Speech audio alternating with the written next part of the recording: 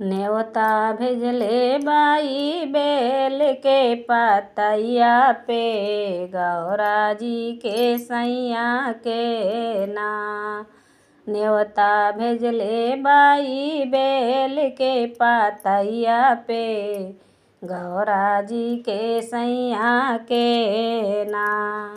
एक और लिखली राम राम, एक और लिखली घन श्याम, एक और लिखली राम राम, एक और लिखली घन श्याम, एक और लिख दिहली नाम देवी मैया के, गौरा जी के सैया के ना। एक और लिख दिहली अपने मैया के, गौरा जी के सैया के ना। न्योता भेजले बाई बेल के पतैया पे, गौरा जी के सैया के ना। न्योता भेजले बाई बेल के पतैया पे, गौरा जी के सैया के ना। कखियाई श्री राम, कखियाई घन श्याम, कखियाई श्री राम, कखियाई घन श्याम, कखियाई हम अपनी देवी मैया के, गौरा जी के सैया के ना। कखियाई हम अपनी देवी मैया के, गौरा जी के सैया के ना। न्योता भेजले बाई बेल के पतैया पे, गौरा जी के सैया के ना। न्योता भेजले बाई बेल के पतैया पे, गौरा जी के सैया के ना। मेवा मिश्री श्री राम, माखन खिलाऊं घन श्याम, मेवा मिश्री श्री राम, माखन खिलाऊं घन श्याम, हलवा पूरी खिलाऊं अपनी देवी मैया के, भंगिया गौरा के सैया के ना। हलवा पूड़ी खिलाऊं अपनी देवी मैया के, भंगिया गौरा के सैया के ना। न्योता भेजले बाई बेल के पतैया पे, गौरा जी के सैया के ना।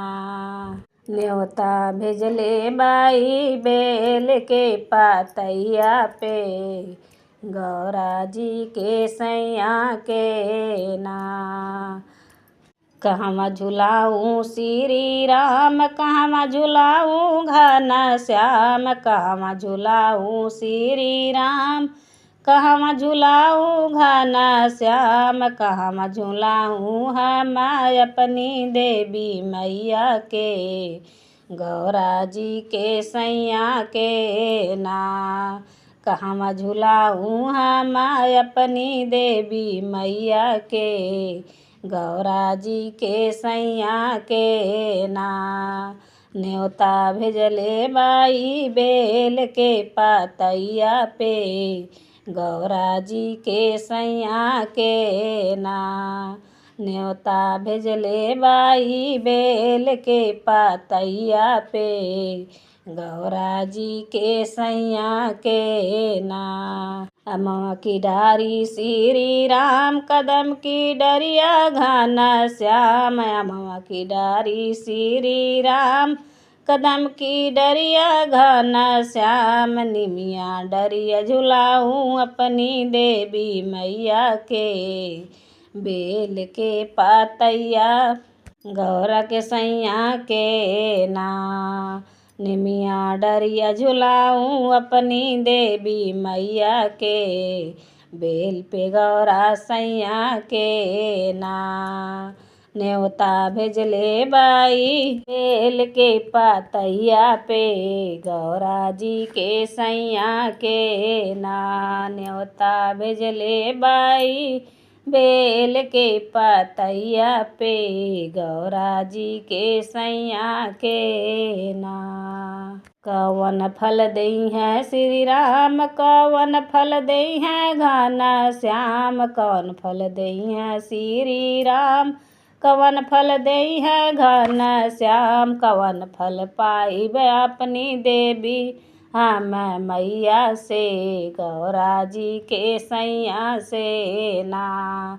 कवन फल पाइब अपनी देवी मैया से गौरा जी के सैया से ना।